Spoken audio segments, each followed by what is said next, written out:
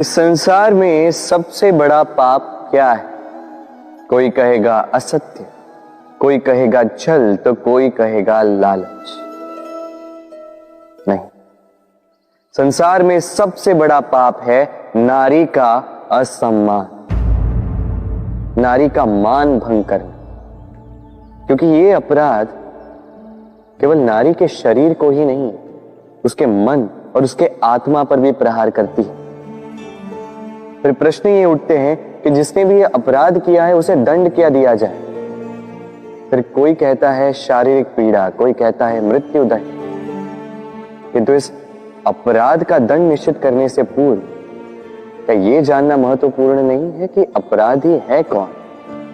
अब आप कहेंगे कि सरल सी बात है, वही पुरुष जिसने स्त्री का मान भंग किया। किंतु क्या ये पूर्णतः सत्य है? क्या स्वयं के अपमान के लिए, स्वयं के सम्मान को खोने के लिए कभी कभी नारी स्वयं उत्तरदायी नहीं हो सकती? सोच के देखिए, सम्मान खोने से बचने के लिए पहले सम्मान की सीमा पर दृष्टि रखना आवश्यक है। रावण सीता का हरण इसलिए कर पाया क्योंकि सीता ने भोलेपन के कारण रावण का उस सीमा को लांघना सरल कर दी। किंतु अशोक वाटिका में उसी सीता को रावण स्पर्श तक नहीं कर पाया क्योंकि उसने रावण और उसके मध्य में तिनके की एक छोटी सी दीवार बना दी थी। जीवन में ना कहना सीखें। यदि कोई आपके सम्मान की सीमा को पार करने का प्रयास करे तो उसे वही रोकना सीखें। आपके ऊपर उठे पहले हाथ को, पहले कटाक्ष को वही रोक देना सीखें। फिर किसी पुरुष में साहस नहीं कि वो पुनः आपका अपमान करने का प्रयास भी कर सके, क्योंकि नारी जननी आराध्य है। तो स्वयं को निर्बल मानकर आप अपराधी ना बने। राधे राधे। इस कमल के पुष्प को देख रहे हैं? इसकी एक विशेष बात है, जल स्तर कितना भी बढ़ जाए ये पुष्प सदैव जल सतह के ऊपर ही रहेगा। और इसका कारण है इसकी ये नाल। जैसे जैसे जल स्तर बढ़ता है वैसे वैसे ये नाल भी बढ़ती और इस पुष्प को जल सतह के ऊपर रखती। किंतु जब जल स्तर घटता है ये नाल घट नहीं पाती और फिर स्वयं के साथ ही इस पुष्प का भी विनाश कर देती। मनुष्य के साथ भी यही होता है। जैसे जैसे मनुष्य समृद्ध होता जाता है वैसे वैसे उसका जीवन स्तर बढ़ता जाता है, उसकी अपेक्षाएं, उसकी आवश्यकताएं बढ़ती जाती। किंतु जब संपन्नता घटने लगी उसकी आवश्यकताएं कम नहीं हो पाती और फिर इसी कमल की भांति मनुष्य भी टूट जाता है। तो फिर क्या करें? क्या किया जाए इस परिस्थिति में? जीवन स्तर बढ़ाना छोड़ दे? कदापि नहीं। किंतु जीवन स्तर बढ़ाने के साथ साथ ही अपनी आत्मशक्ति को सुदृढ़ करें।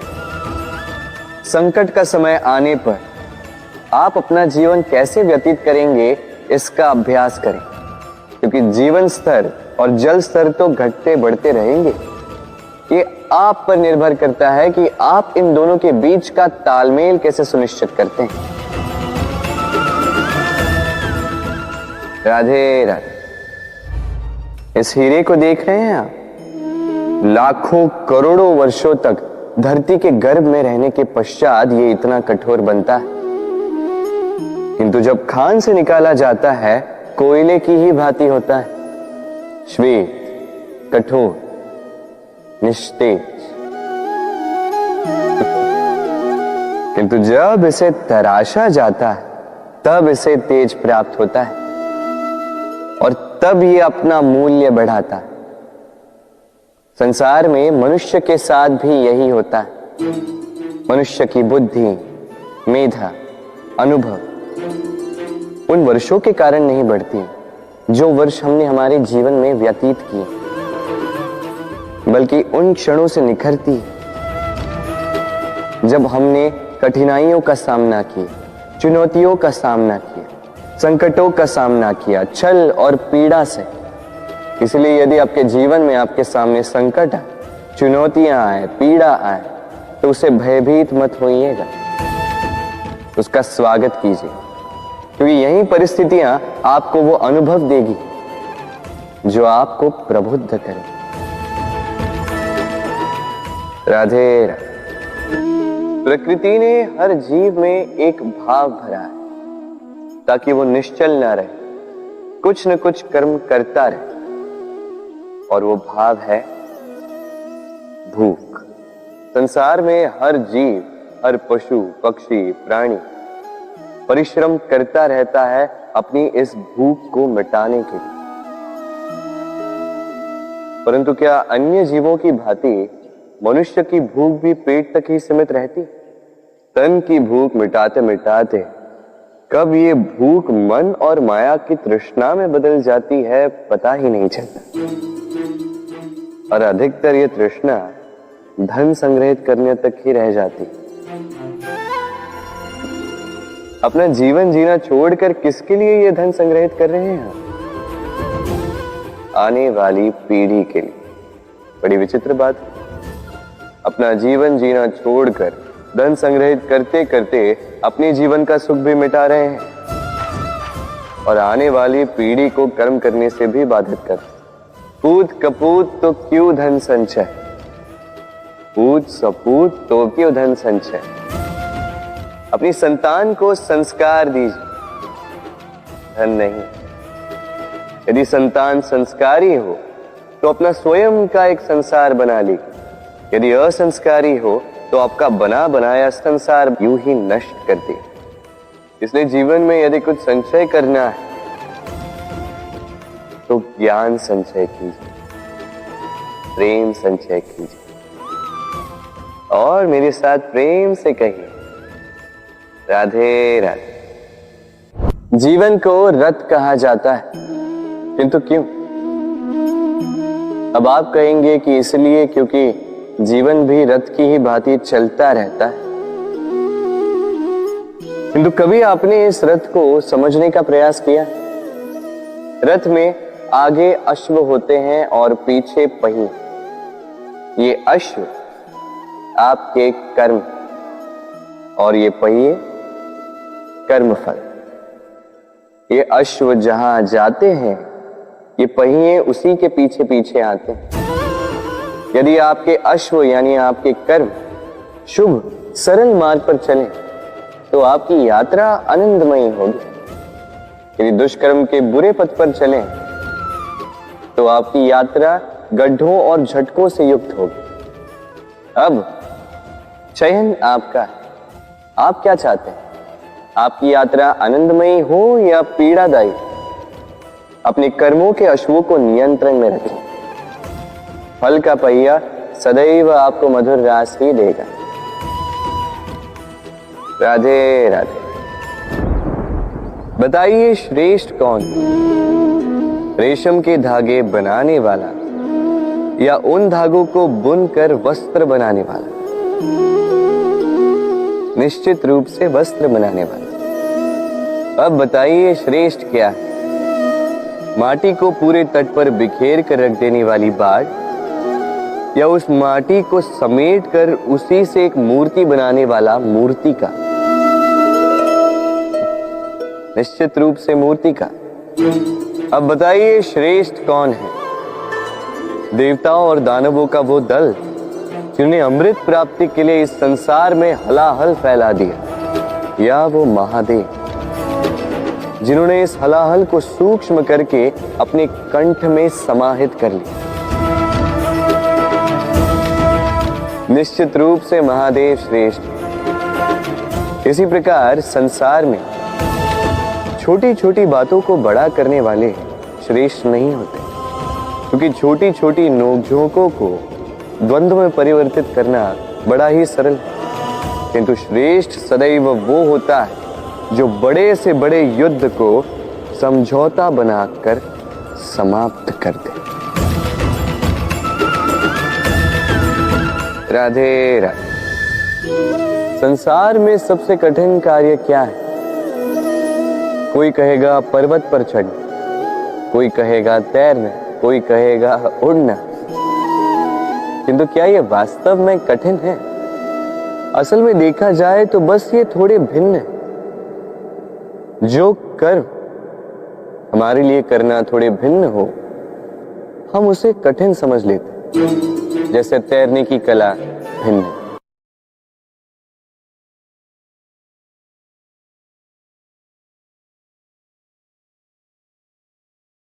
बड़े ही परिश्रम से इसे बनाती हैं, अपने शरीर के रस से इसे बुनती हैं। क्या आप इसका उद्देश्य जानते हैं? आखिर मकड़ी इन जालों में नन्ही कीटों को फंसाकर उन्हें अपना भोजन बना लेती है। और क्या आप ये बात जानते हैं कि एक दिन मकड़ी इन्हीं जालों में फंसकर मृत्यु को प्राप्त हो जाती है? बताइए क्या करते हैं आप इन जालों के साथ? दिखते ही हटा देते हैं इनका अस्तित्व, है ना? दूसरी ओर चिड़िया का घोंसला। चिड़िया भी बड़े परिश्रम से इसे बनाती है, किंतु यदि चिड़िया इसे छोड़कर चली भी जाए, उसके पश्चात भी लोग इसका विनाश नहीं करते। कारण क्या? कारण यह है कि इसका निर्माण जीवन के संचयन के लिए किया गया था, आखेट के लिए नहीं। स्मरण रखिएगा, जीवन में आपका परिश्रम कितना भी अधिक हो, यदि आपका लक्ष्य शुभ ना हो तो आपको भी विनाश पाना ही होगा।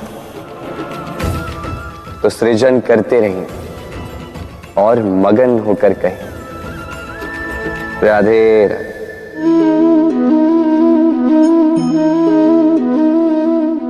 आपके विचार से मैं क्या कर रहा हूं? आप कहेंगे मैं दीपक जला रहा हूं।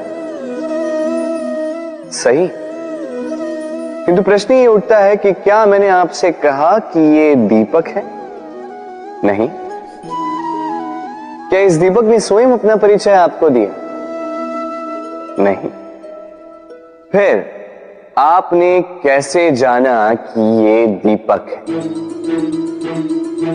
उत्तर है प्रकाश, जो स्वयं जल कर अंधकार में संसार को राह दिखाए, वो दीपक है। जो निराशा में आशा की ज्योत दिखाए, वो दीपक है। दूसरी ओर सर्प है, जो दिखे नहीं, बस फुफकार दे तो लोग भयभीत हो जाते हैं। अर्थात व्यक्ति का परिचय उसके कर्मों से मिलता है। इसलिए आपको यह बताने की आवश्यकता नहीं कि आप कौन हैं। ये आपके कर्म ही निश्चित करेंगे कि लोग आपसे दीपक समझकर प्रेम करेंगे या सर्प समझकर भयभीत रहेंगे। राधे राधे। समय कितना विचित्र होता है। समय हमारे साथ हो तो हम स्वयं को राजा मान लेते हैं। वही समय यदि विरुद्ध हो जाए तो रंक बनने में समय नहीं लगता। इसलिए मनुष्य की एक आदत होती है, बुरे समय के लिए कुछ बचा कर रखता है। संबंधी, मित्र बुरे समय में साथ छोड़ देते हैं। यश, मान बुरे समय में चला जाता है। तो व्यक्ति सोचता है क्यों ना धन संचय कर। धन का तो कोई मन नहीं होता जो समय आने पर बदल जाए। संसार कहता है कि धन का संचयन करते रहो, बुरे समय में काम आएगा ही।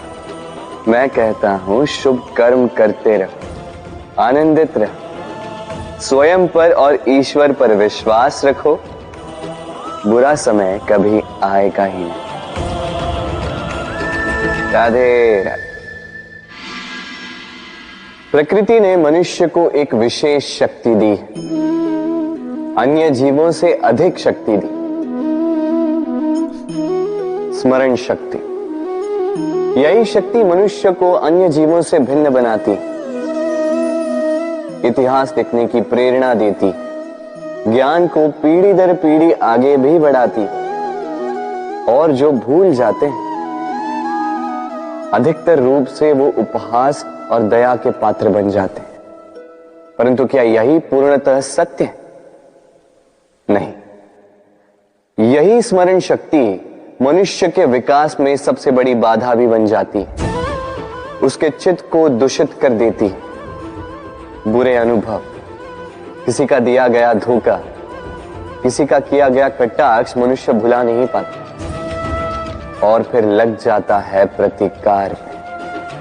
पहले समय नष्ट करता है प्रतिकार की तैयारी में, फिर समय नष्ट करता है प्रतिकार का अवसर ढूंढने में। यदि संतोष पाना है, यदि जीवन में आनंद पाना है, तो स्मरण शक्ति का सदुपयोग कीजिए। अपनी स्मरण शक्ति को केंद्रित कीजिए केवल अच्छी बातों और अच्छी यादों की ओर। जीवन में प्रसन्नता आए। राधे राधे। मनुष्य अपने परिवार के लिए क्या कुछ नहीं करता, दिन रात परिश्रम करता है ताकि अपने परिवार की आवश्यकता पूर्ति के लिए धन कमा सके। परंतु क्या केवल धन कमाना पर्याप्त है? आप कहेंगे हाँ, क्यों नहीं। धन से सब कुछ मिलता है, विद्या मिलती है, घर मिलता है, औषधि मिलती है, क्या कुछ नहीं मिलता। ये सब एक सीमा तक ठीक, किंतु तनिक मन से सोच के देखिए, जब बालक रोगी होता है तो वो उस कड़वी औषधि को क्यों पी लेता? इसलिए क्योंकि उसके पिता ने उस औषधि को धन से खरीदा? नहीं, बल्कि इसलिए क्योंकि उसके सामने खड़ा उसका पिता, उसे उन पर विश्वास है। विश्वास है कि वो उसे कुछ नहीं होने देंगे। ये विश्वास, ये संस्कार, ये सीख कभी धन से नहीं मिलती। ये मिलती है उस समय से जो माता पिता ने अपने संतान के साथ बिताया। इसलिए जीवन में धन अवश्य कमाई, किंतु अपने परिवार को भी समय दीजिए, प्रसन्नता मिलेगी। राधे राधे। मुझे बताइए, इस दीवार को तोड़ने का क्या लाभ है? यदि किसी संबंध में संदेह घर कर लेता है तो आए दिन शत्रुता की स्थिति बनी रहती है। कल कोई और कारण बन सकता है इस दीवार के पुनः बनने का। तो क्या पुनः इस दीवार को बनाएंगे काका? संबंध की पवित्रता वैसी होनी चाहिए जैसे एक माता और संतान के प्रेम में होती है, निश्चल, निर्दोष, कि बात केवल रूठने मनाने तक ही सीमित रहे।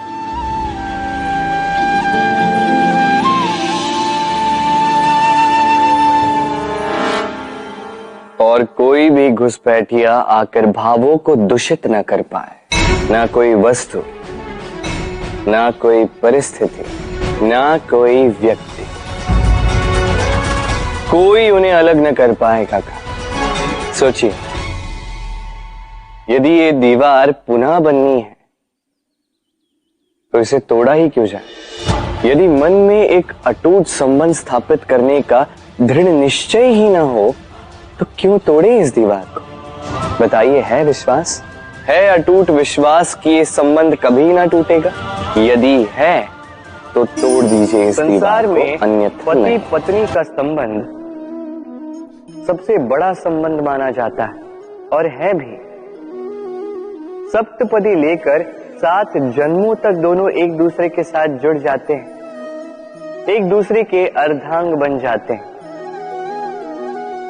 अर्धांग अर्थात अर्ध अंग। क्या इसका महत्व आप समझ पा रहे हैं? अपना समस्त जीवन किसी के साथ बांटना। किंतु क्या संसार के सारे पति पत्नी एक दूसरे के साथ अपना समस्त जीवन बांट सकते हैं? क्या इसमें सभी सक्षम रह पाए हैं?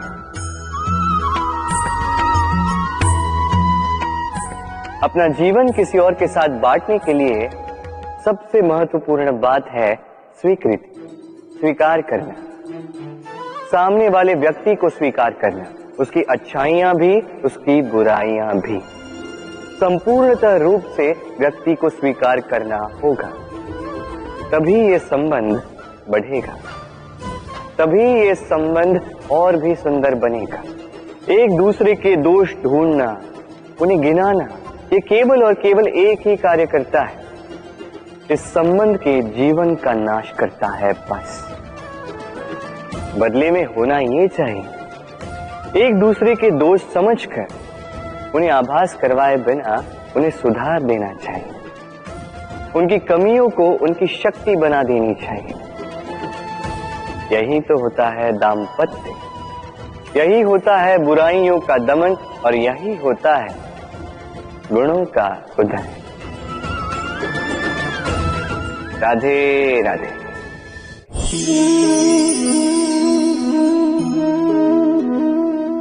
कंकड़ इतना छोटा सा कि उंगली पर आ जाए, किंतु सोचिए यदि यही कंकड़ आंख में लग जाए तो कितनी बड़ी समस्या बन जाता है। अब सोचिए ये कंकड़ आपके मार्ग में है, आप पादुकाएं पहनकर बड़ी सरलता से आगे निकल जा सकते हैं, किंतु यदि यही कंकड़ आपके पांव और पादुकाओं के बीच फंस जाए तो आप ठीक से चल नहीं पाएंगे, भले ही वो मार्ग पुष्पों से भरा क्यों ना हो। अर्थात आप बाहर की समस्याओं से, उन चुनौतियों से लड़ सकते हैं, भीतर की नहीं। भीतर की समस्याओं से लड़ना अत्यंत कठिन होता है, इसलिए सर्वप्रथम आप भीतर से शक्तिशाली हो जाइए, भीतर से पूर्ण हो जाइए, फिर आप इस संसार के समस्त समस्याओं और चुनौतियों से लड़ सकते हैं, आप विजयी हो सकते हैं। राधे राधे। प्रेम, ये प्रेम इस संसार में किसे नहीं भाता, हर किसी ने प्रेम का अनुभव किया ही, हर कोई जानता है ये प्रेम कितना सुंदर है, क्यों ना? ये प्रेम भाव इस संसार में सबसे शक्तिशाली भाव है। अब हर शक्ति के साथ आते हैं कुछ उत्तरदायित्व। अब जैसे ही ये उत्तरदायित्व हमारे जीवन में आते हैं, हम सर्वप्रथम प्रेम को भूल जाते हैं, फिर हमें ये प्रेम, ये बोझ लगने लगता है। किंतु इस संसार का सत्य तो यही, हर प्रसन्नता के साथ उत्तरदायित्व आएंगे जिसका पालन हमें करना ही होगा। अब यदि मैं आपको उदाहरण दूं, आपके बगीचे में आप चाहते हैं कि एक सुंदर सा पुष्पों से भरा हुआ वृक्ष आए, तो सर्वप्रथम उसके लिए आपको जल और धूप का आयोजन करना होगा, उसके जड़ों पर दीमक ना लगे ये आपको सुनिश्चित करना होगा, उसके आसपास उगी खरपतवार वो आपको हटानी होगी, उसी के पश्चात तो आपके उस बगीचे में वो सुंदर पुष्पों से भरा वृक्ष आएगा। क्यों? इसी प्रकार होता है प्रेम भी। सर्वप्रथम आपको इसमें समर्पण का खाद जल डालना होगा, अविश्वास और संदेह, इसकी खरपतवार आपको हटानी होगी, और विश्वास की ये जड़ें कभी ना दुर्बल पड़े ये आपको सुनिश्चित करना होगा। उसी के पश्चात प्रेम का वास्तविक सुख आप अनुभव कर पाएंगे। राधे राधे। प्रेम, प्रेम क्या है सभी जानते हैं। सामान्य रूप से ये प्रेम आकर्षण से प्रारंभ होता है और इसमें कुछ भी बुरा नहीं है। महत्वपूर्ण बात यह है कि इस प्रेम का लक्ष्य क्या है। जिससे आपने प्रेम किया उसे पा लेना या ना पाने के कारण स्वयं को विचलित कर इस संसार से मुख मोड़ लेना। यदि कोई इन दोनों विकल्पों में से कोई एक चुनता है तो आपको बता दो, ये दोनों ही प्रेम का अंत है। प्रेम का असली अर्थ है समर्पण, संपूर्ण निस्वार्थ समर्पण। ऐसा प्रेम जिसमें जिनसे आपने प्रेम किया उसको पाने की प्रसन्नता आपका लक्ष्य नहीं है। जिनसे आपने प्रेम किया उसे प्रसन्न करना आपका लक्ष्य हो। ये प्रेम ईश्वर है, किंतु यदि इस प्रेम में पूर्णतः समर्पित नहीं होंगे तो इस प्रेम में एक आकार नहीं हो पाओगे। किंतु यदि इस प्रेम में स्वयं को पूर्णतः समर्पित कर दिया तो समझो इसी प्रेम में आप ईश्वर पाओगे। राधे राधे। सम्मान, संबंध दोनों एक दूसरे के साथ ऐसे जुड़े हैं जैसे दीपक और बाती। ना कोई कम है ना कोई अधिक, दोनों का अधिकार समान होना चाहिए। जैसे पति पत्नी का संबंध। अब इसमें पति का अर्थ स्वामी नहीं, साथी। उसका कर्तव्य है साथ देना, आदेश देना नहीं। और ये संबंध सहकार से बनता है, अधिकार से नहीं। हाथ बढ़ाने से बढ़ता है, उंगली उठाने से नहीं। यदि इस संबंध में एक दूसरे का मान रखोगे, एक दूसरे का सम्मान करोगे, तभी ये संबंध बढ़ेगा, तभी ये संबंध अभिमान योग्य बनेगा। राधे राधे। सूर्य की किरणें कितनी दिव्य होती हैं ना। प्रतीत ही नहीं होता कि ये सूर्य रात्र भर अंधकार से जूझ रहा था। ये सूर्य प्रतिदिन उदित होता है, ये भुलाकर कि पिछली सांझ में ये डूब गया था। फिर से उदित होता है, सारे संसार को प्रकाश देता है। यही अंतर है हम में और सूर्य में। सूर्य बीती को बिसार कर आगे बढ़ता है। हम प्रतिदिन भोर में उठते हैं, वही पुरानी बातों को साथ लेकर चलते हैं, उसी कड़वाहट में स्वयं को लपेट लेते हैं। अब यही बीती बातों की श्रृंखला हमें जीवन में आगे बढ़ने ही नहीं देती। देखिए, यही जीवन है। भूल सबसे होती है, अपयश सबको मिलता है, सबकी यात्रा में असफलता लिखी है, सभी बुरे दिन देखते हैं।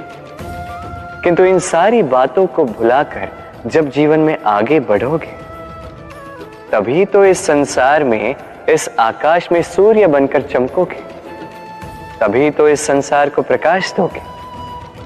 इसलिए प्रतिदिन जागिए, एक नए जन्म के साथ, एक नए उत्साह के साथ, एक नए लक्ष्य के साथ। क्योंकि ये बीती बातें आपको पीड़ा देने के लिए नहीं, केवल शिक्षा देने के लिए होती हैं। राधे राधे। नवरात्रि का पर्व आरंभ हो चुका है और ये पर्व अत्यंत भव्य है, क्योंकि ये पर्व जगत माता से जुड़ा है। मां इतना छोटा सा शब्द है, किंतु ठीक से देखो तो समस्त संसार इसी शब्द में समा है। मां जो अपनी संतान के लिए हर संभव प्रयास करती है, कुछ भी करने के लिए सज्ज रहती है।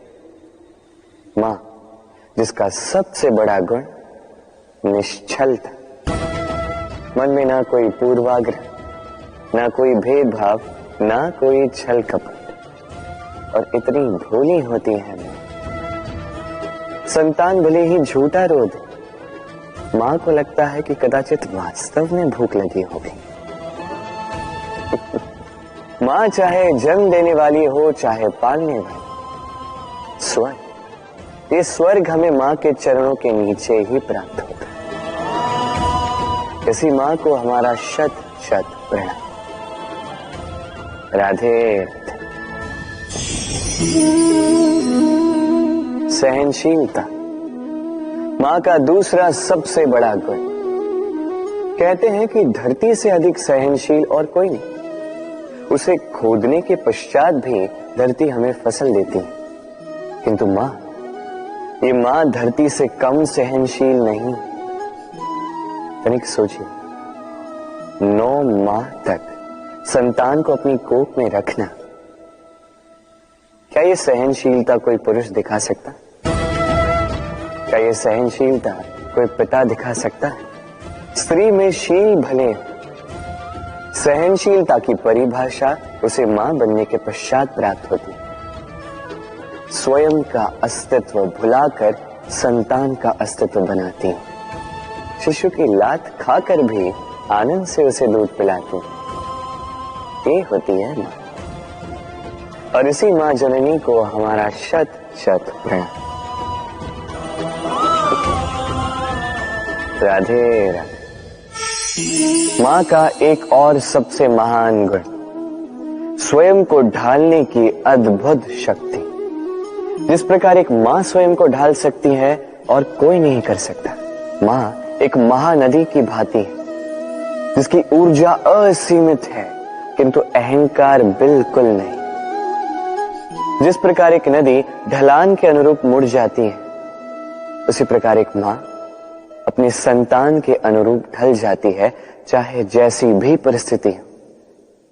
उसके सोने के समय के अनुरूप स्वयं का सोना, उसके जागने के समय के अनुरूप स्वयं का जगना। संतान की इच्छा का भोजन वो स्वयं का मनपसंद भोजन बना लेती। ये मां का आंचल ही तो है, जो धूप में छाप बनकर आता है, जो शीत में कंबल बनकर आता है। मां ऐसी होती है कि संतान की निद्रा ना टूटे, इसलिए एक करवट सोने का अभ्यास कर लेती है। और इतना स्वयं को केवल वही ढाल सकती है जो संतान की ढाल बन सकती है। इसी मां को हमारा शत शत नमन। राधे राधे। मां के 2 और सबसे महान गुण, साहस और संबल। साहस ये कि वो अपने संतान के लिए कुछ भी कर सकती, और संबल ये कि वो अपनी संतान को कभी टूटने बिखरने नहीं देगी। तनिक सोचिए, जब भी आपको चोट लगती है, चीख से पूर्व मां का नाम मुख में क्यों आता है? तनिक सोचिए, जब आपको बल की आवश्यकता होती है, साहस की आवश्यकता होती है, आगे आप अपना मार्ग देख रहे हैं जो अत्यंत कठिन प्रतीत हो रहा है, तब मुख से मां की ही शपथ क्यों निकलती? क्योंकि मां ही है जो हमें साहस देती है, मां ही है जो हमें सहारा देती है। मां जानती है कैसे हमारी उंगली पकड़ के हमें चलना सिखाना है। मां ये भी जानती है कि कैसे कान पकड़ के हमें उचित मार्ग पर लाना है। इसी साहसी मां को हमारा शत शत नमन। राधे राधे। कभी आपने सुना है, हिरणी सिंह से बचने के स्थान पर उससे जाके लड़ पड़ी। हिरणी ने सिंह पर आक्रमण कर दिया। कभी सुना है? कभी नहीं। किंतु ऐसा हो सकता है, ऐसा होता भी है, और ये होता तब है जब हिरणी के शावक संकट में हो। जब उन्हें सिंह से प्राणों का संकट हो, तब हिरणी भी आके सिंह से लड़ पड़ती है, उससे भिड़ पड़ती है, क्योंकि वो मां है और मां अपनी संतान के लिए कुछ भी कर सकती है। ये ममता है, ये जितनी कोमल हो सकती है उतनी ही कठोर भी हो सकती है, और अपनी संतान के हित के लिए वो क्रोध की पराकाष्ठा पार करते हुए अपनी संतान की सुरक्षा करके ही रहेगी। और इसीलिए तो मां संतान के जीवन के सबसे बड़ी ढाल कहलाती है। इसी मां को हमारा शत शत नमन। राधे राधे। करुणा, करुणा वो भाव है जिससे संसार के सारे भाव जन्म लेते हैं, और ये समस्त संसार ये मां से जन्म लेता है। मां वो व्यक्ति है जो करुणा का सागर है। संतान को देखकर ही समझ जाती है कि उसकी विडंबना क्या है, उसकी आवश्यकता क्या है। संतान के नेत्रों में यदि अश्रु दिखे, वो देखकर ही समझ जाती है कि उसके शरीर के कौन से भाग में उसे चोट लगी है। संतान के बिना कहे मां समझ जाती है कि आज भोजन में संतान क्या खाएगी। ये होती है मां। मां करुणा का सबसे बड़ा रूप है। और आज के युग में मनुष्य जो है, थोड़ा भी आगे क्यों ना निकल जाए, मां को तो पीछे ही छोड़ देता, मां को भूल ही जाता है। ये भूल आप कभी ना करें, कभी ना करें, क्योंकि मां वो करुणा है जो यदि आपके जीवन से चली गई, उसके पश्चात आप जीवन अवश्य जिएंगे, किंतु कभी जीवन जी नहीं पाएंगे। उसके पश्चात आपके जीवन से आपका ये मूल्यांकन, आपके जीवन से करुणा का ये भाव, ये भी आप खो दोगे। आपकी मां सबसे अधिक महत्वपूर्ण है। यदि मां को खो दिया तो समझ लीजिए सब कुछ खो दिया। इसलिए मां को सदैव स्मरण रखिए, सदैव उसे प्रेम दीजिए, और मेरे साथ कहें राधे राधे। आज विजयदशमी, वो दिन है जब श्री राम ने रावण का वध किया। वो दिन है जब श्री राम ने लंका पर विजय प्राप्त की। लोग कहते हैं कि ये अच्छाई की बुराई पर विजय का प्रतीक है। इसे देखने का एक और रूप भी है। जी हां, ये प्रेम के विजय का भी प्रतीक है, ये परिवार के विजय का भी प्रतीक है। आपको तो ज्ञात होगा ही कि रावण महाज्ञानी था, महाशक्तिशाली था, महादेव का परम भक्त था रावण। अब जो व्यक्ति कैलाश पर्वत उठा सकता था, वो व्यक्ति स्वयं एक कटे हुए वृक्ष की भांति श्री राम के चरणों में गिरा हुआ था। क्यों? क्योंकि राम के साथ लक्ष्मण था, वही रावण के साथ विभीषण भी नहीं था। एक और परिवार में बढ़ता प्रेम था, तो दूसरी ओर परिवार में बढ़ती दरार। स्मरण रखिए, यदि संसार पर विजय प्राप्त करनी है तो सर्वप्रथम परिवार में प्रेम बनाए रखना होगा। परिवार में केवल प्रेम बढ़ाइए, द्वेष कभी नहीं। आप सदैव सुखी रहेंगे और जीवन की हर बाधा पर आप विजय प्राप्त करें। राधे राधे। देखिए, कल जो आने वाला है उसके लिए आज को व्यर्थ करना अनुचित है। हमें इस प्रकृति से यही सोच, यही सीख पानी चाहिए। आज का ये क्षण ये कल नहीं आएगा, और कल जो क्षण आने वाला है वो आज को किसी भी प्रकार से प्रभावित नहीं करता। बस इसी सीख को ध्यान में रखते हुए आप सभी निश्चिंत रहिए। जीवन क्या है? ये जीवन हम जन्म लेते हैं, बड़े होते हैं, हमारे माँ बाप हमें पालते हैं, फिर उनके धन से हमारा बालपन बीतता, फिर हम बड़े होते हैं, हम विवाह कर लेते हैं, हमारी संतानें होती हैं, हम उनको पालते हैं, फिर हम वृद्ध हो जाते हैं और एक दिन इस संसार से चले जाते हैं। क्या यही जीवन है? आता होगा ये प्रश्न मन में कई बार, है ना? अब तनिक जल की यात्रा देखिए। सागर से भाप बनकर उठता है, मेघ बनकर बरसता है, फिर नदी बनकर पुनः सागर में समावेश करता है। तो कभी ये प्रश्न नहीं करता कि उसका जीवन क्या है, उसका उद्देश्य क्या है। हर भाव जीता है और दूसरों के लिए जितना बन सके देता जाता। जब सागर में होता है तो असंख्य जल जीवों को जीवन देता है।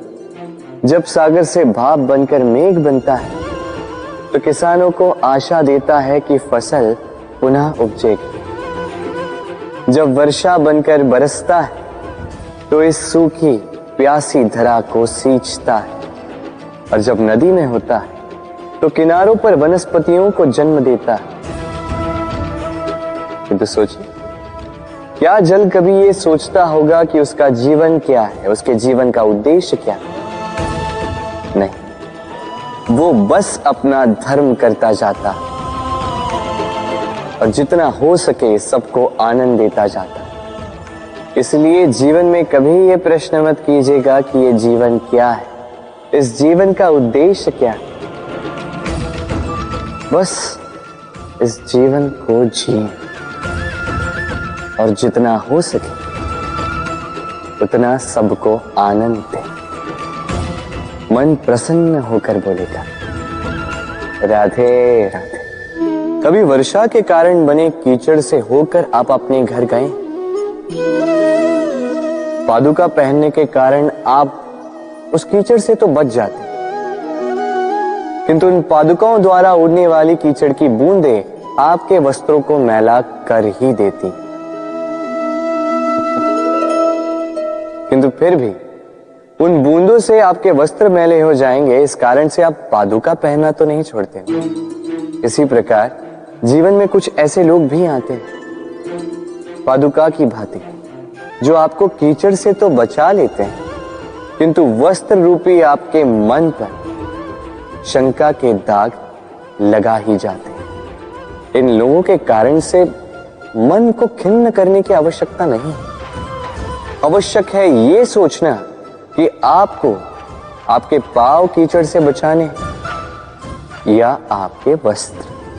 जीवन में गंभीर होना अच्छी बात है, किंतु हर बात को यदि गंभीरता से लेने लगोगे तो जीवन का आनंद समाप्त हो जाएगा। ये संसार अनित्य है, यहां पे ऐसा कुछ भी नहीं जो सदा के लिए जीवित रहेगा। तो जब तक ये जीवन है, संतोष और आनंद से जी। स्वयं पर छिटकने वाले कीचड़ पर ध्यान ना दें, बस आनंद बांटते रहें। मन प्रसन्न होकर बोले राधे राधे। व्यक्ति को जब अपने प्रेम को खो देने का भय होता है तो वो अपने प्रेम को इतने कस के पकड़ कर रखता है कि प्रेम को ही पीड़ा होने लगती है। प्रेम पा तो लेता है, किंतु उसे कैसे सहेजना है ये जब उसे नहीं समझ आता, तब वो उस प्रेम पर स्वामित्व पाने का प्रयास करता है और यहीं जन्म लेती है असुरक्षा की ये भावना, ईर्ष्या।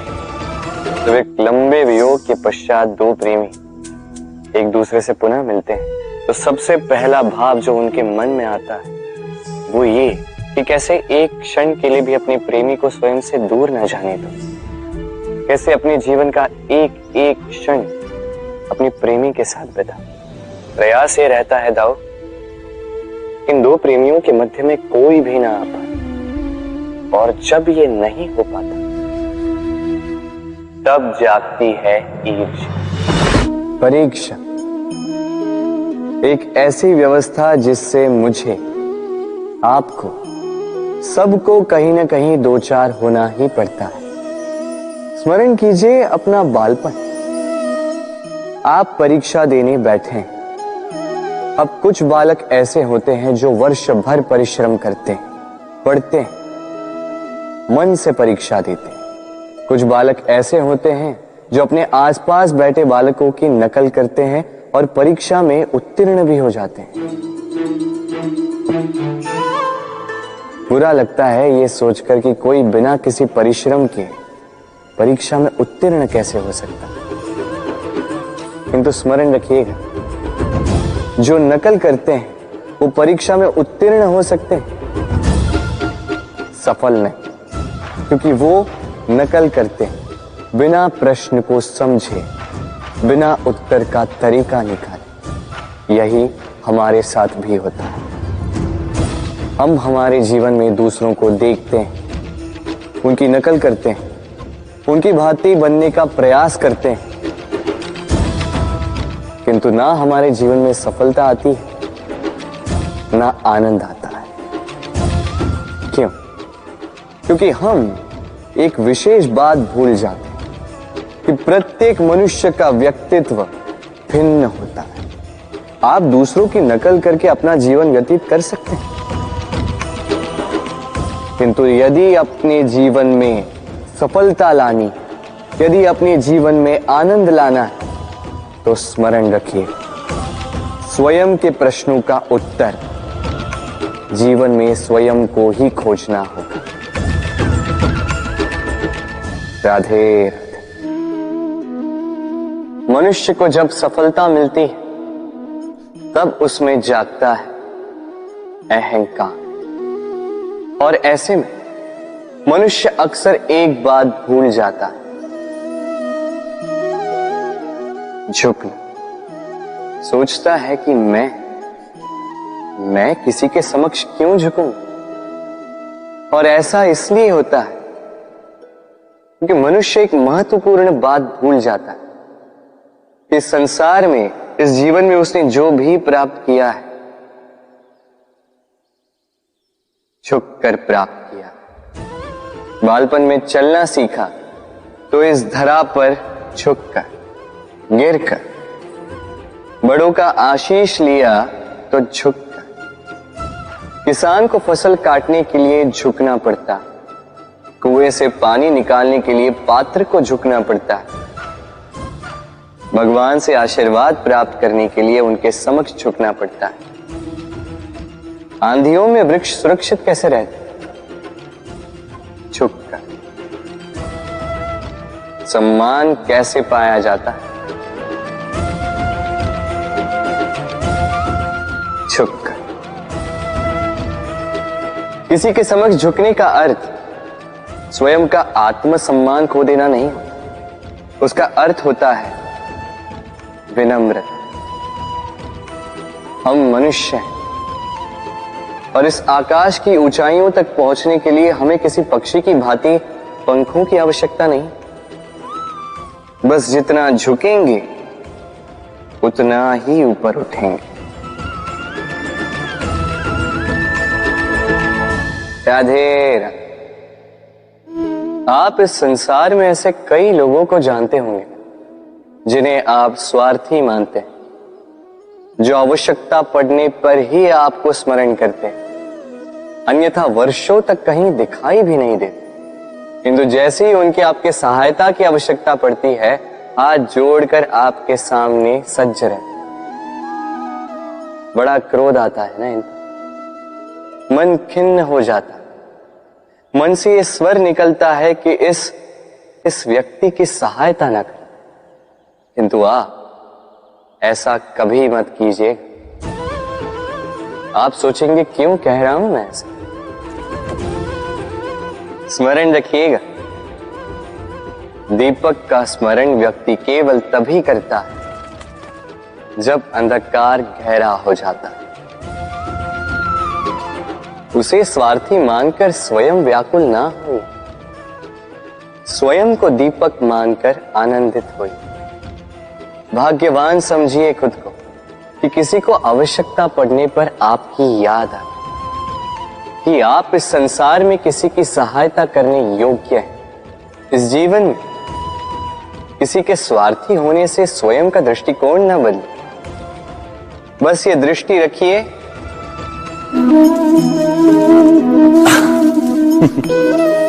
मनुष्य के सारे संबंधों का आधार है अपेक्षा। पति कैसा हो जो मेरा जीवन सुख और सुविधा से भर दे, पत्नी कैसी हो जो सदैव मेरे प्रति समर्पित रहे, संतान कैसी हो जो मेरी सेवा करे, मेरा आदेश माने।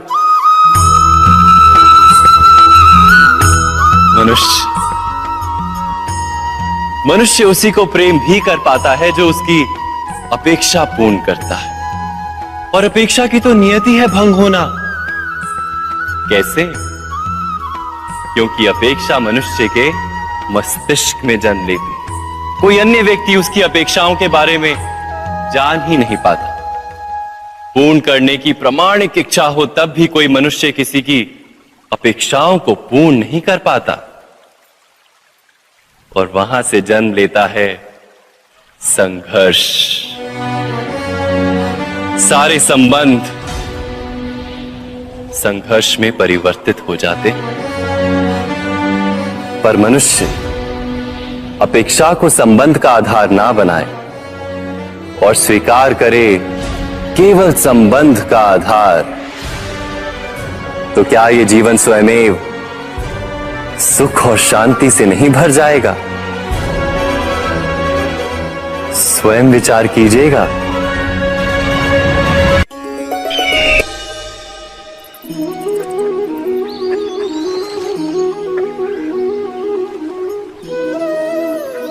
समय के आरंभ से ही मनुष्य को एक प्रश्न सदा पीड़ा देता है कि वो अपने संबंधों में अधिकतम सुख और कम से कम दुख किस प्रकार प्राप्त कर सकता है।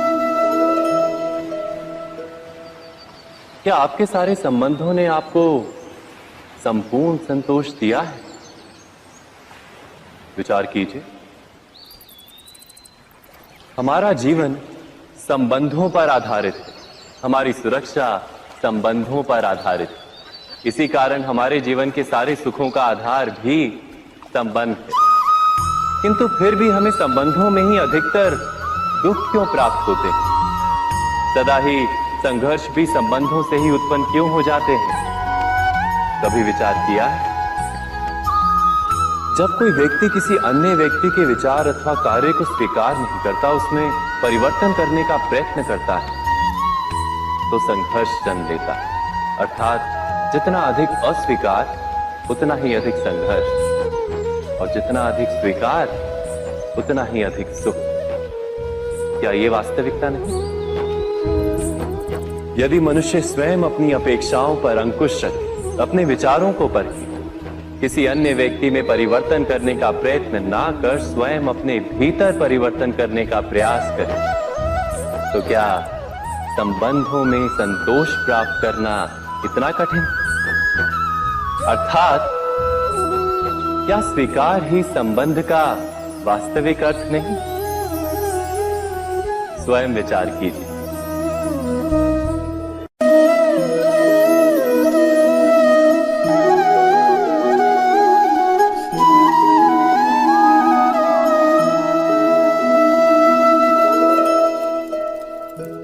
जब किसी व्यक्ति को किसी घटना में अन्याय का अनुभव होता है, तो वो घटना उसके अंतर को झकझोर देती। समस्त जगत उसे अपना शत्रु प्रतीत होता है।